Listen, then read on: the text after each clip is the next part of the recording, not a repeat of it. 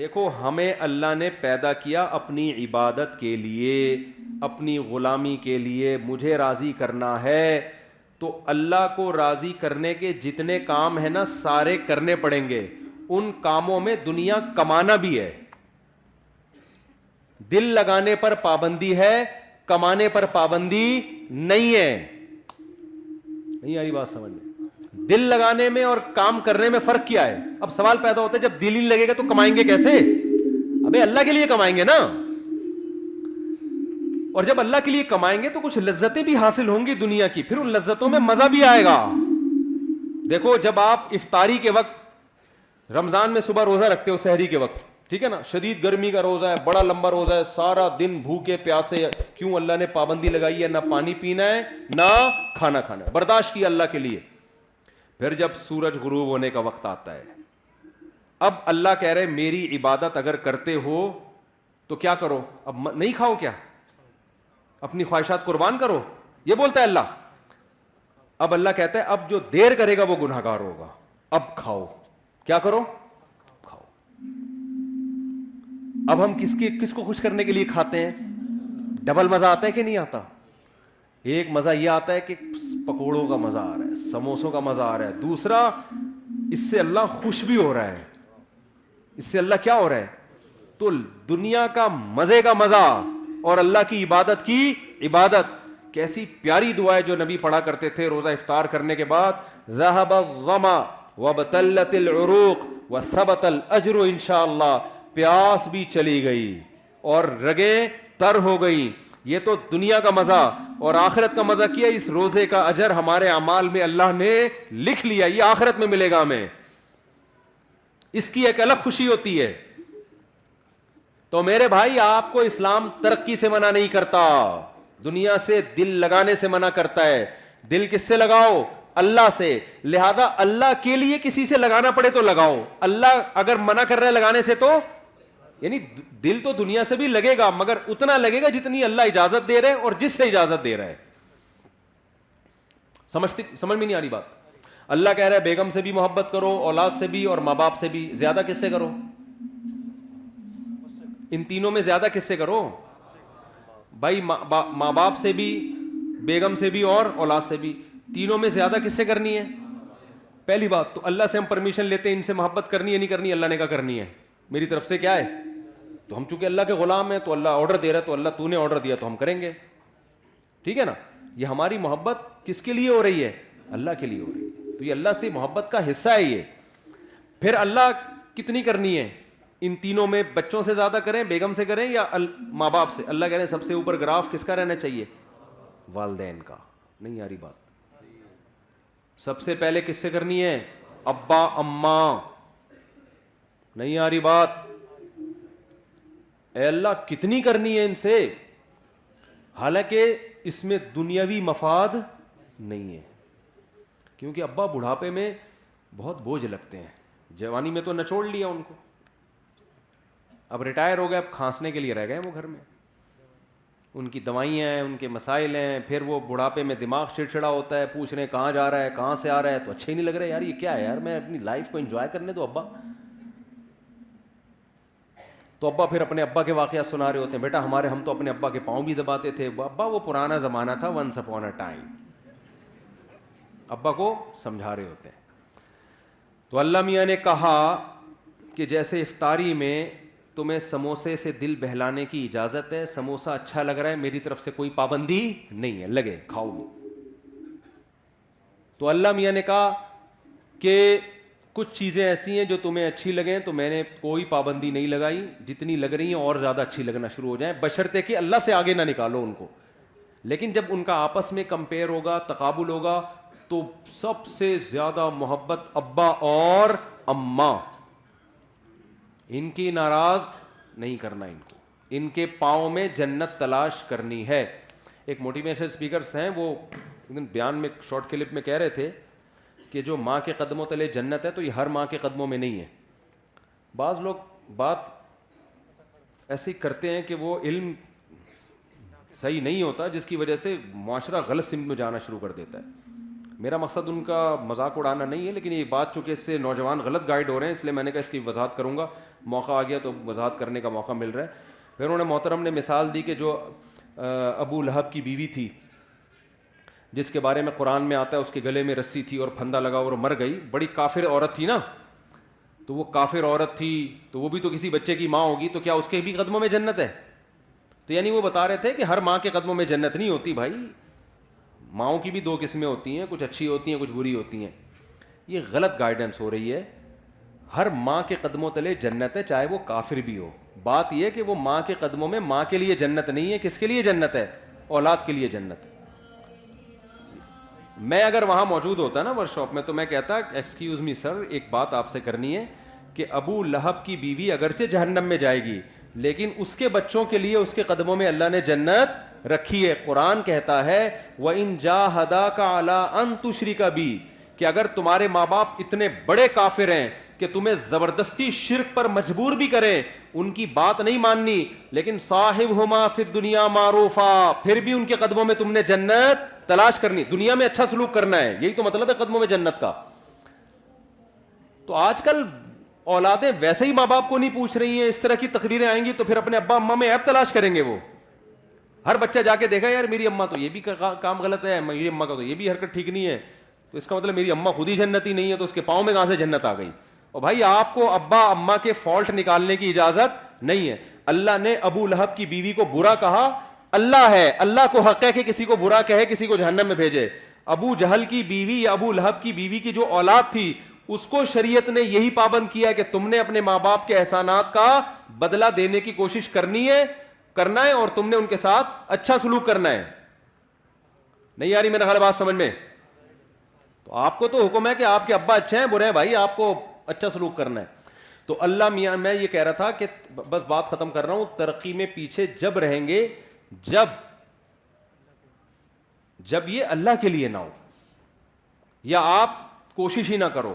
اللہ نے حکم دیا ہے کہ سارے کام کرنے ہیں کس کو راضی کرنے کے لیے؟ اللہ کو. اس سے پتہ ہے کیا ہوگا؟ یہ ترقی کی اسپیڈ غیر مسلموں سے بھی زیادہ تیز ہو جائے گی, کیونکہ جو کام اللہ کے لیے کیا جاتا ہے نا اس میں جان بہت ہوتی ہے, کیونکہ اس کا اجر کون دے گا؟ اللہ. دیکھو مجھے ایک بات بتاؤ, ڈاکٹر لوگ کہتے ہیں کہ, میں آپ چند مثالوں سے سمجھاتا ہوں کہ جب مذہب کی موٹیویشن ملتی ہے وہ بہت پاورفل موٹیویشن ہوتی ہے. وہ جہاں مذہب کی موٹیویشن نہیں ہوگی وہاں جان نہیں ہوتی. شوگر کے مریض کو ڈاکٹر کہتا ہے اتنے گھنٹے فاسٹنگ کرنی ہے, 100 میں 1 مریض کرتا ہوگا فاسٹنگ. لیکن رمضان آتا ہے, اللہ کا حکم ہے پورا مہینہ فاسٹنگ کرنی ہے. 90% مسلمان کیا کر رہے ہوتے ہیں؟ روزے رکھ رہے ہوتے ہیں, گرمیوں میں بھی سردیوں میں بھی.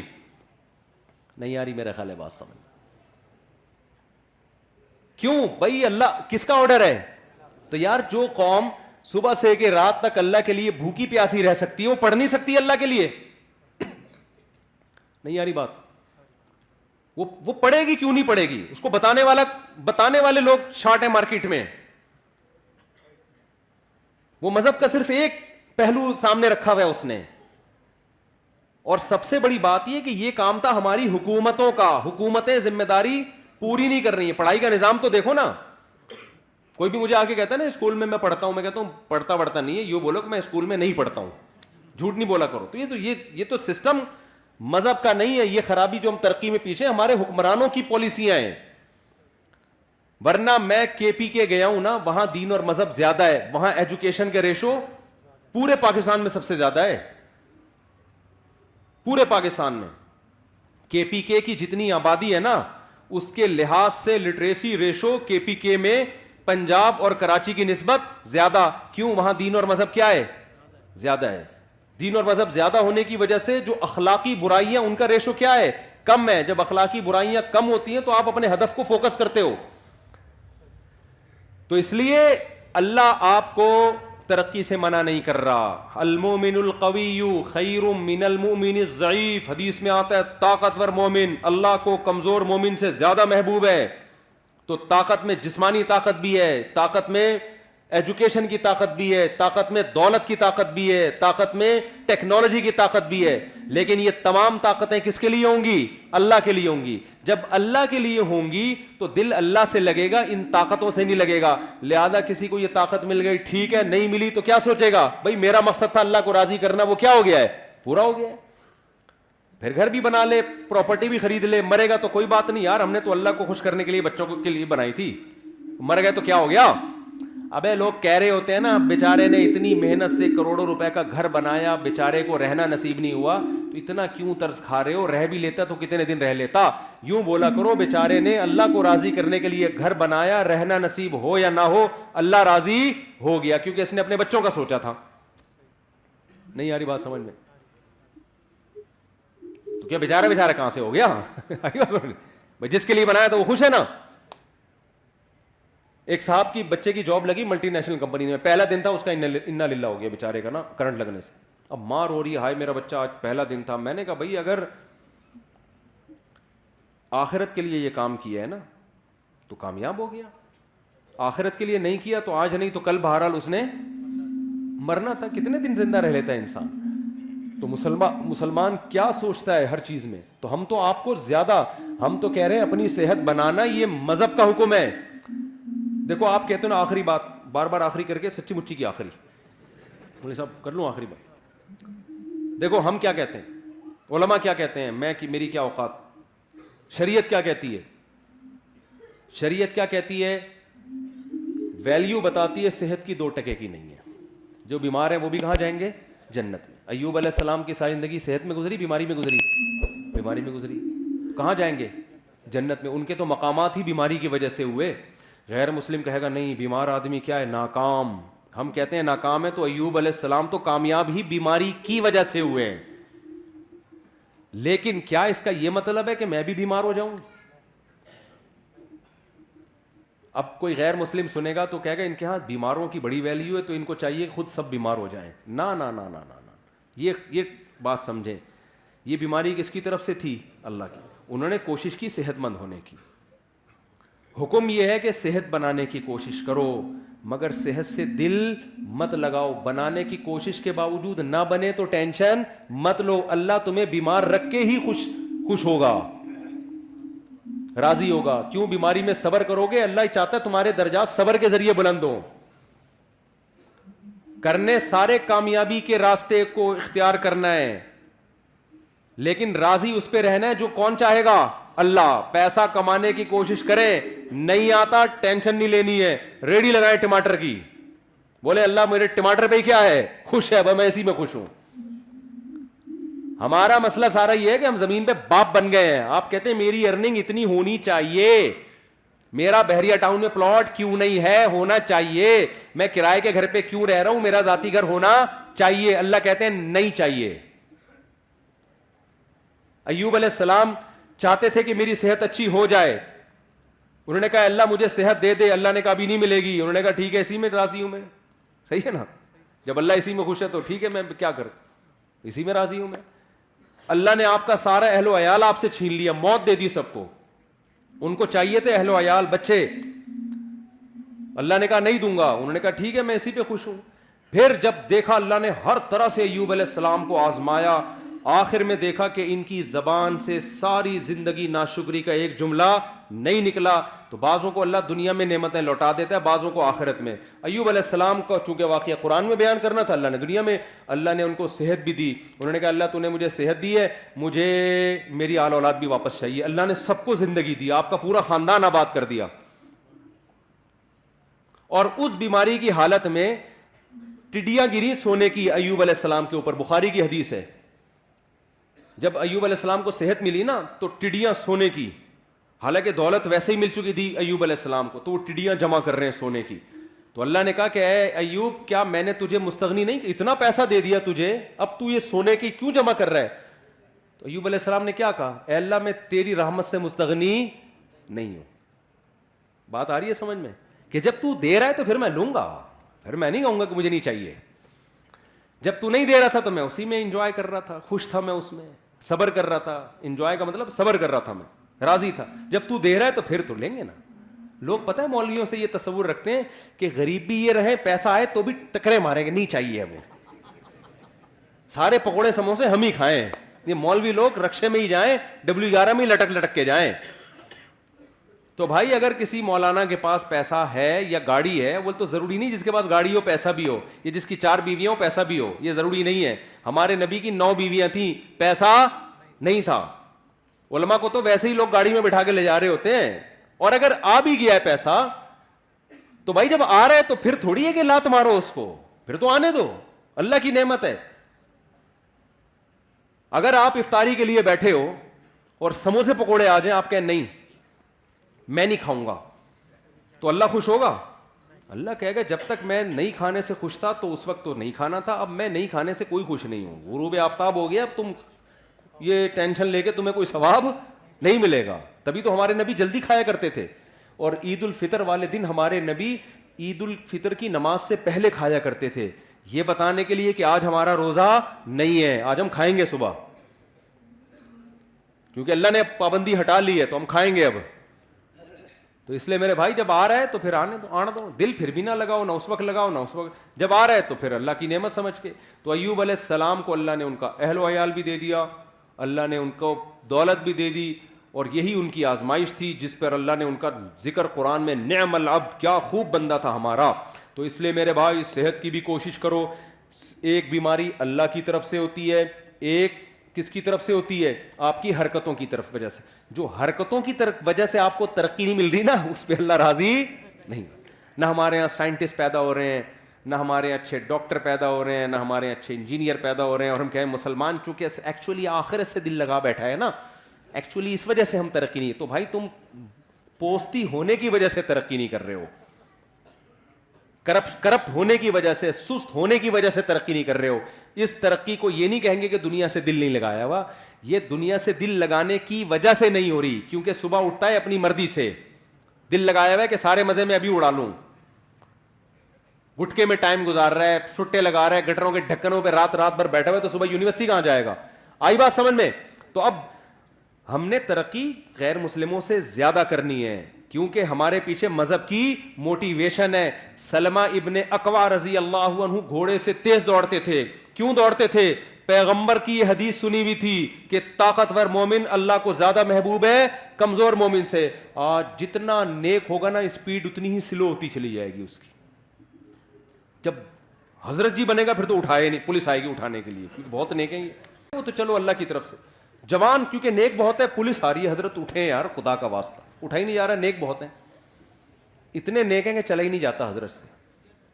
یہ نیک کو, یہ تو اللہ کی طرف سے اگر ایسی بیماری ہے پھر تو یقیناً نیک ہے. لیکن حضرت آپ اپنی خوراک پہ غور کریں, آپ کو دھماکے سے پھٹ جانا چاہیے تھا جو آپ کھا رہے ہیں. صبح اتنے پراٹھے, دوپہر پھر یہ, پھر رات کو دیر سے کھا کے حضرت سو جاتے ہیں, پھر صبح اٹھتے ہیں پھر اتفاق سے سو جاتے ہیں. پھر دوپہر اگر کوئی کام ہوا تو کر لیا, نہیں تو پھر سو گئے. اور لیبل یہ لگایا جاتا ہے حضرت کے دل میں دنیا سے بالکل بھی محبت نہیں ہے. یہ جو حضرت فلانے کو ہینڈسم ہونے کا شوق ہے, جاگنگ کرتا ہے, بھاگتا ہے, اصل میں دنیا کی لالچ. تو میرے بھائی وہ مطلب نہیں ہے, صحیح ہے نا. مسلمان کی صحت بھی اچھی ہوتی ہے, خوراک پہ کنٹرول کرتا ہے. کیوں؟ اس کے رب کا حکم ہے کہ یہ زندگی جو پروجیکٹ کے لیے تمہیں بھیجا ہے نا, اس پہ جب کمپنی بلائے گی تو آنا, خود سے بھاگ کے آئے نا. اگر وہ جو میں نے مثال دی تھی نا کمپنی کی, تو پھر پولیس اریسٹ کرے گی. ہمیں تو خودکشی کی اسی وجہ سے اجازت نہیں ہے کہ اللہ میاں نے جس کام کے لیے بھیجا اسی میں لگے رہو, خود سے پہلے قبر میں جانے کی کوشش مت کرو. خودکشی ایک جزوی ہوتی ہے, کلی خودکشی ہے, کھمبے سے لٹک گئے, فوراً مار دیا. اس پہ کتنی شدید وعید ہے. حدیث میں آتا ہے جس نے اپنے آپ کو جس طرح سے قتل کیا, جب تک قیامت قائم نہیں ہوگی نا, برزخ میں اسی طرح مارتا رہے گا. یہ کلی طور پر. اور ایک ہے جزوی, سگریٹیں پھونک کے مار رہا ہے اپنے آپ کو, وزن بڑھتا جا رہا ہے, ڈاکٹر کہہ رہے ہیں تو لڈو کم کر دے ورنہ تو لڈو بن جائے گا تھوڑے دنوں میں. لڈو بن گیا ہے پورا, پھر بھی لڈو پھوڑے جا رہا ہے نا. اور جب اس کو سمجھایا جائے تو کہتا ہے میٹھا کھانا کیا ہے؟ سنت ہے. پھر تیجے کا کھانا, 40ویں کا کھانا, شب برات کا کھانا, 12 ربیع الاول کا کھانا, محرم کے کھانے. ہمارے نبی سے اس قسم کا کوئی کھانا ثابت نہیں ہے. صرف ایک کھانا نبی نے کھلایا, وہ ہے ولیمہ. بس شادی جب بھی کی کھانا کی, اس کے علاوہ کوئی دعوت نہیں ہے. یہ اس لیے رکھی تاکہ اس کو کریں لوگ, آئی بس اپریشیٹ کریں اس کو. ایک کھانا, حدیث میں آتا ہے ولیمہ پیغمبروں کی سنت ہے, یہ بتانے کے لیے ہم نے بہت اچھا کام کیا ہے, اس پہ دعوت ہوگی. کیونکہ لوگ اس کو اچھا نہیں سمجھ رہے ہوتے نا, لوگ کہہ رہے ہیں پتہ نہیں کیا بے وقوف آدمی ابھی سے شادی کر آ کے بیٹھ گیا. تو اسلام نے کہا کرو, پہلی شادی میں بھی ولیمہ, دوسری میں بھی, تیسری میں بھی, چوتھی میں بھی, یہ بتانے کے لیے کہ تمہیں تکلیف ہو رہی ہے, مجھے بہت خوشی ہو رہی ہے. ہاں تبھی تو ہے ولیمہ, بہت پہلی دفعہ کوئی ڈھنگ کا کام کیا میں نے. تو اب اس سے 4 شادیاں بھی آ گئیں. دنیا جب دل لگانے کے 4 شادیاں کس کے لیے کرنی ہے؟ اللہ کے لیے, پیغمبروں کی سنت ہے. نسل بڑھانا کس کی سنت ہے؟ پیغمبروں کی. ہم اس لیے کر رہے ہیں. اب اس میں اگر مزہ بھی آ رہا ہے تو آنے دو یار, جب افطاری میں بھی تو مزہ آتا ہے نا. اب آپ افطاری, کوئی غیر مسلم آئے بولے تو یہ سموسے کیوں کھا رہا ہے افطاری میں, آپ بولے اللہ کا حکم ہے. ابے تیرے تو مزہ آ رہا ہے اس لیے کھا رہا ہے تو آپ کیا جواب میں دو گے؟ بھائی جب اللہ کو مجھے یہ دیکھ کے مزہ آ رہا ہے کہ مجھے مزہ آ رہا ہے تو آنے دو نا, اللہ بھی خوش ہے میں بھی خوش ہوں, کیا ہے تجھے کیا تکلیف ہو رہی ہے؟ کیا خیال ہے؟ 1 گھنٹہ پہلے کھاتا تو مزہ تو آتا, لیکن اللہ خوش نہیں ہوتا. تو اللہ کو اس میں مزہ آ رہا ہے, اللہ بھی خوش ہے, اللہ ہی تو کہہ رہا ہے کھاؤ نا, کھاؤ. اللہ تو ہم کھا رہے ہیں, مزہ بھی آ رہا ہے, اللہ بھی خوش ہو رہا ہے. تو اسی طرح شادیوں میں اللہ نے کہا مزہ بھی آئے گا اور اللہ بھی کیا ہوگا؟ خوش ہوگا, کیونکہ اس مزے سے یہ چاہتا ہے اللہ کہ یہ مزہ تم کرو. لیکن اگر گرل فرینڈ رکھی, بد نظری کی, انٹرنیٹ پر فحش فلمیں دیکھی, مزہ تو آئے گا مگر قیامت میں یہ مزہ کرکرا, کیونکہ اللہ کو غصہ بہت آئے گا اس پہ. حلال میں مزہ بھی ہے اور اللہ کی رضا بھی ہے. میں جب دوسری کر رہا تھا نا, لوگ کہہ رہے تھے ابے سنت کا لیبل لگایا ہوا ہے, اصل میں تو مزے اڑانے کا شوق ہے. تو میں نے کہا مزے اڑانے کا شوق تو تمہیں بھی ہونا چاہیے, کیا خیال ہے؟ کس کو نہیں ہے دنیا میں؟ لوگ گٹکے کھا رہے ہیں, چھٹے لگا رہے ہیں مزے کے لیے, تو تم بھی کر لو. میں تو کر اس لیے, میں نے کہا یار جب اللہ کو خوشی ہو رہی ہے کہ اگر مجھے مزہ آ رہا ہے تو اللہ کو خوشی ہو رہی ہے, تو میں کیوں نہیں کروں ایک کام. بھائی ویسے آتا واتا نہیں ہے, یہ دماغ میں رکھ لینا, حقیقت بتا رہا ہوں میں. کیونکہ ابھی کل ایک بندے کا پرچہ, چند دن پہلے ایک بندے کی پرچی آئی کہ میں نے دوسری کی ہے, مجھے بالکل بھی مزہ نہیں آ رہا. نہیں اس کا حاصل یہ تھا, کیونکہ میری بیوی دھمکی دے رہی ہے, گھر آئی نا الٹا لٹکا کے ماروں گی تجھے میں, سالے الگ ڈنڈے ونڈے لے کے چل رہے ہیں. لیکن اگر آ بھی جائے تو بھائی اس پہ اللہ کو کوئی غضب نہیں ہے, اللہ اس پہ کیا ہے؟ خوش ہے. کیوں؟ اس پہ بہت ساری برکتیں ہوتی ہیں. آپ ایک عورت کو بچا لیتے ہو برائی سے, آپ خود برائی سے بچتے ہو, آپ کو اولاد ملتی ہے, آبادی بڑھتی ہے, اس سے ملک میں جوانوں کا ریشو کیا ہوگا؟ زیادہ. بوڑھوں کا ریشو جوانوں کے مقابلے میں کم, کھانے والے کم, کمانے والے زیادہ. تبھی تو یورپ چاہتا ہے ایک ایک بچے پہ 20-20 لاکھ روپے انعام دے رہا ہے وہ, پاکستانی اعتبار سے, کہ پیدا کرو. ان کو پتا ہے کہ یار ہمارے پاس سب کچھ ہے, نسل ہی نہیں ہے, لہذا ہم ویسے ہی ختم ہو رہے ہیں, اور ہمارے پاس کچھ بھی نہیں ہے, ایک نسل ہی ہے. اگر یہ بھی ختم کر دی نا تو نہ نسل ہوگی نہ ٹیکنالوجی ہوگی, ایویں ہی ختم ہو جائیں گے ہم. ٹھیک ہے نا؟ تو دونوں چیزیں ساتھ ساتھ چلاؤ, بچوں بھی پیدا کرو, پڑھاؤ بھی, تربیت بھی کرو ان کی. تو خیر اس لیے بھائی شادیاں بھی ہیں اسلام میں, اور اسلام تو جلدی شادی کا حکم دیتا ہے, عورتوں کے گھر بستے ہیں اس سے. تو میں نوجوانوں سے کہتا ہوں نہ فلمیں دیکھو, نہ لڑکیوں سے دوستیاں لگاؤ, کیا کرو بھائی؟ نکاح کرو. اور آخری بات, بالکل واقعی سچی مچی کی آخری بات, اب میں بالکل کائنڈلی بیٹھ جانا, آخری سچی مچی کی آخری. دیکھو یہ تو میں نے آپ کو وہ باتیں بتا دیں جو اسلام میں آپ کو حکم دیا گیا ہے, اور اس میں ہماری دنیا کا بھی فائدہ ہے. کچھ باتیں ایسی ہیں کہ اسلام لیکن یہاں سے شروع نہیں ہوتا کہ ترقی ہی کرنی ہے, یہ بھی ایک حصہ ہے. شروع پتہ ہے کہاں سے ہوتا ہے اسلام؟ سب سے پہلے مسلمان کو اللہ کا بندہ بنانے کے لیے, کلمہ توحید پڑھوانے کے لیے اسلام جو سب سے پہلا عمل آپ سے کرواتا ہے نا, تاکہ آپ یہ ثابت کریں کہ میں اللہ کا بندہ ہوں, وہ سب سے پہلا عمل ہے 5 ٹائم مسجد میں جماعت کے ساتھ نماز پڑھنا. سمجھ میں آ رہی ہے بات؟ 5 ٹائم مسجد میں جماعت کے ساتھ نماز. جو یہ نہیں پڑھتا وہ ترقی کرتے کرتے چاند پہ پہنچ جائے. اللہ کہتا ہے کہ تو نے جو بیسک حکم تھا وہی ادا نہیں کیا, تو اب تیری اس ترقی سے مجھے کوئی واسطہ نہیں ہے. اسلام میں روزے سے زیادہ, زکوٰۃ سے زیادہ, حج سے زیادہ, ہر حکم سے زیادہ کس کی اہمیت ہے؟ نماز کی. واحد حکم ہے جس کے بارے میں بعض ائمہ کی یہ رائے ہے کہ نماز جان کر چھوڑ دینے والا اسلام سے خارج ہو جاتا ہے. تو جتنے لوگ یہاں بیٹھے ہوئے ہیں نا, فجر میں بھی اتنے ہی بولو ہونے چاہیے. شروع تو یہاں سے ہوگا نا, یا ڈائریکٹ سائنسدان بن جاؤ گے؟ بننا تو ویسے بھی نہیں ہے, یہاں سسٹم ہی نہیں ہے یہاں سائنس, جو بنتے ہیں وہ ویسے ہی باہر چلے جاتے ہیں, یہاں رہتے ہی نہیں ہے. تو ابتدا کہاں سے کرنی ہے؟ پہلے یہ تو ثابت کرو اے اللہ ہم تیرے بندے ہیں. تو یہ ثابت کرنے کے لیے صرف سموسے نہیں کھانے افطاری کے ٹائم پہ بیٹھ گئے, یا 4 شادیاں نہیں ہے. سب سے پہلے کیا ہے؟ نماز ہے. سب سے پہلے کیا ہے؟ تو جتنے لوگ یہاں مقامی بیٹھے ہوئے ہیں, ہاتھ اٹھا کے وعدہ کریں کل فجر کی جماعت کتنے بجے یہاں پہ؟ 6:25 پہ. تو 6:15 بجے کم از کم 10 منٹ پہلے آئے نا. جتنے لوگ یہاں بیٹھے ہوئے ہیں ابھی وعدہ کریں کہ سب 6:15 پہ یہاں مسجد میں موجود ہوں گے. جتنے محلے کے لوگ ہیں تو ہاتھ اٹھا کے وعدہ کریں ابھی. اور اس کی پلاننگ رات کو کر کے سونا ہے. اب آپ کہہ سکتے ہیں جی جزاک اللہ, اب آپ کہہ سکتے ہیں صبح اٹھائے گا کون؟ الارم جو ہے نا ابھی لے لیں جا کے, کوئی تیز گھڑی, تیز الارم والی گھڑی ابھی خریدیں جا کے. کراچی کی سردیوں کی راتیں بہت لمبی راتیں, بھی مارکیٹیں کھلی ہوئی ہوں گی. تیز الارم والی گھڑی رکھیں, سوئیں اور دور الماری کے اوپر رکھ دیں. قریب رکھ کے سوئیں گے نا تو دبا کے دوبارہ سو جائیں گے آپ. ہاں, تیز الارم والی گھڑی دور رکھیں, اتنی زور سے بجے کہ آپ کو ٹینشن ہونا شروع ہو جائے, یار اس کو اٹھ کے جا کے بند کرنا پڑے گا ورنہ محلے والے آ جائیں گے. ایسی گھڑی ہو, دور رکھیں اس کو. ہوتا ہی ہے کہ جب آدمی گہری نیند میں ہوتا ہے پھر کہتا ہے یار بیان میں مفتی صاحب نے کیا تھا, فجر کی اہمیت بھی بہت بیان کی تھی, اللہ کی بندگی کے لیے ہم دنیا میں آئے ہیں, کمپنی نے پروجیکٹ دیا تھا, یہ دیا تھا, وہ بڑے سے سب, وہ گھوڑے سے دوڑنا چاہیے, یہ کرنا چاہیے, سموسے بھی کھانے چاہیے, سب چیزیں اٹرم پٹرم نہ آ رہی ہوں گی, عمل زیرو ہوگا. تو شروع کہاں سے کرنا ہے بھائی؟ نماز سے. پھر جب گہری نیند ہوگی آدمی کہے گا کل سے انشاءاللہ میں فجر کی نماز شروع کروں گا, اور وہ کل قیامت تک نہیں آئے گی. گہری نیند میں یہی آ رہا ہوتا ہے. تو آپ نے کیا کرنا ہے؟ دور رکھنا ہے.